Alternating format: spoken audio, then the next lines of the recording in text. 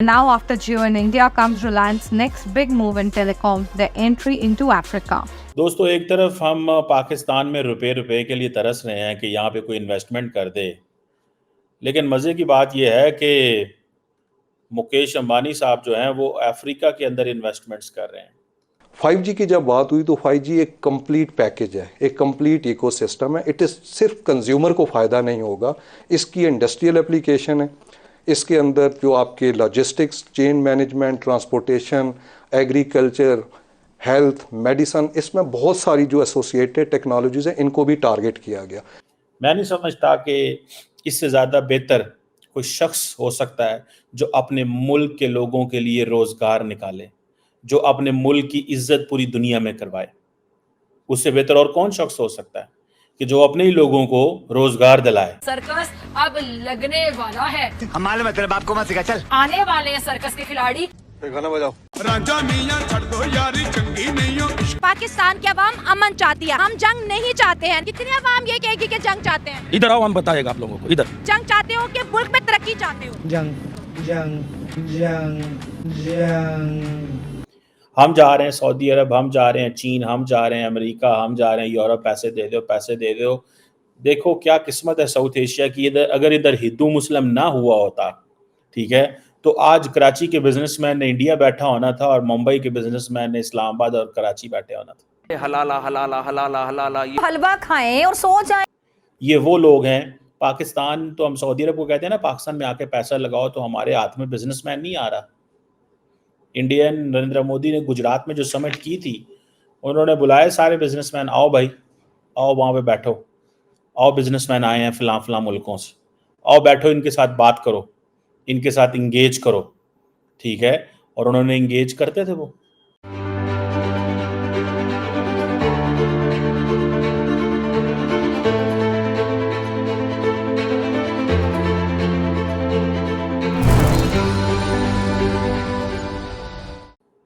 जैसे आज नरेंद्र मोदी साहब है ना, वो जो भी कहते हैं इंडियंस को कहते हैं ठीक, सच ही कह रहे हो ना, सही कह रहे हैं, ये सही कह रहे हैं, ठीक है जी।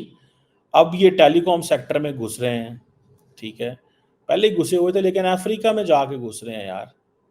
अब आप इमेजिन करें कितनी बड़ी वर्थ, कितनी बड़ी वर्थ। 110 बिलियन डॉलर का रिलायंस इंडस्ट्रीज है। That's what I read last time, मेरा ख्याल है, ठीक है जी। मतलब 110 वो रन करते हैं 110 बिलियन डॉलर के रिलायंस इंडस्ट्री को, जिसके मैंने बताया कि बहुत सारे सेक्टर्स में काम है। शुरू कब हुआ? 1966, जब उनके फादर जो थे उन्होंने ये सारा कुछ शुरू किया। छोटे से टेक्सटाइल मैन्युफैक्चरर थे। पाकिस्तान में भी 20-22 खानदान थे, लेकिन वो सारे आ गए पावर में, इलेक्शंस में, कानून को अपने हाथ में लिया, पॉलिटिशियंस को पैसे दिए, मज़े से अपनी चीज़ें हाथ में ली। हमें तो खा गई करप्शन। पर समझ कभी कभी ये नहीं आती, फिर सियासतदान आते हैं, वो करप्शन को इतना पोलिटिसाइज करते हैं, इतना पोलिटिसाइज करते हैं कि वो करप्शन के नाम पे ही सारा टाइम लगा, करते खुद कुछ नहीं है, बस ये कहते रहते हैं अगले ने करप्शन। हमें यही बड़ा दुख है। हम अगर करप्शन की बात करें तो वो करप्शन ये नहीं कि हो नहीं रही, क्वेश्चन ये है कि अगर करप्शन की बात करें तो सियासतदान उसका इतना मिसयूज करते हैं कि फिर वो कहते हैं कि फौज हमारी मदद करे, जैसे इमरान खान साहब है, फौज हमारी मदद करे और हम सारे सियासतदानों को मैं अंदर कर दूं क्योंकि ये करप्ट, ठीक है जी। अब वो जो जियो है, जियो कहा जाता है कि उसके कुछ तकरीबन 500 मिलियन के करीब, 450 500 पौने 500 मिलियन के करीब उसके सब्सक्राइबर हैं, ठीक है ना जी। और अब वो ग्रीन एनर्जी में जा रहे हैं। तो हमें वो देखें, मैं जो मेरा पॉइंट जो था वो ये कि वो अफ्रीका में इन्वेस्टमेंट कर रहे हैं, लेकिन वो पाकिस्तान में तो कभी इन्वेस्टमेंट नहीं करेंगे।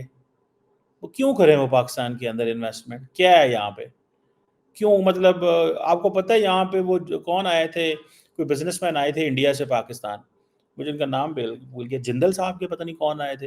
वो अपना क्या नाम है, नवाज शरीफ से मिलने चले गए मरी, और हमने ये कह दिया लो जी जिंदल बगैर वीज़े के पाकिस्तान आ गया, और बगैर वीज़े के नवाज शरीफ को मिलने मरी चला गया।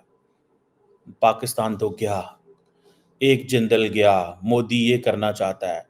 इमरान खान ने कहा जो मोदी का यार है गद्दार है गद्दार है, मतलब इस तरह के नारे लगने शुरू हो गए। हमने पकड़ के, पॉलिटिक्स ने इस मुल्क को तबाह कर दिया है। और उससे पहले जो ऐसे जनरल्स हमारे जो रात को ड्राइंग रूम में बैठ के अपने बोर्ड के ऊपर प्लान बनाते थे, एक अब प्लान अवाम बनाती है, एक प्लान वो बनाते हैं। जारी बात है वो बंद कमरे में बनता है, वो कामयाब हो जाता है, क्योंकि वो जनरल शुजा पाशा बनाता है, वो जनरल ज़हीरुल इस्लाम बनाता है, वो और जनरल बनाते हैं जिन्होंने इमरान खान साहब को लॉन्च किया।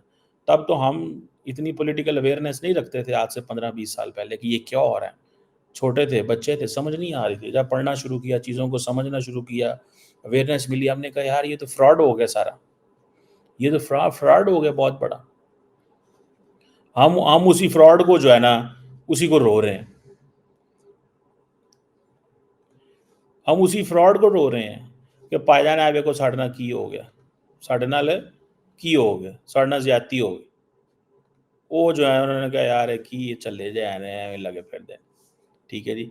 मुकेश अंबानी जो है वो रिलायंस को लेके अफ्रीका पहुंच गया है, घाना के अंदर। उस प्रोजेक्ट का नाम है नेक्स्ट जनरेशन इंफ्राको 5G ब्रॉडबैंड, यानी कि इंडिया 5G गाना में लगा रहा है, पाकिस्तान में 4G भी नहीं चल रहा।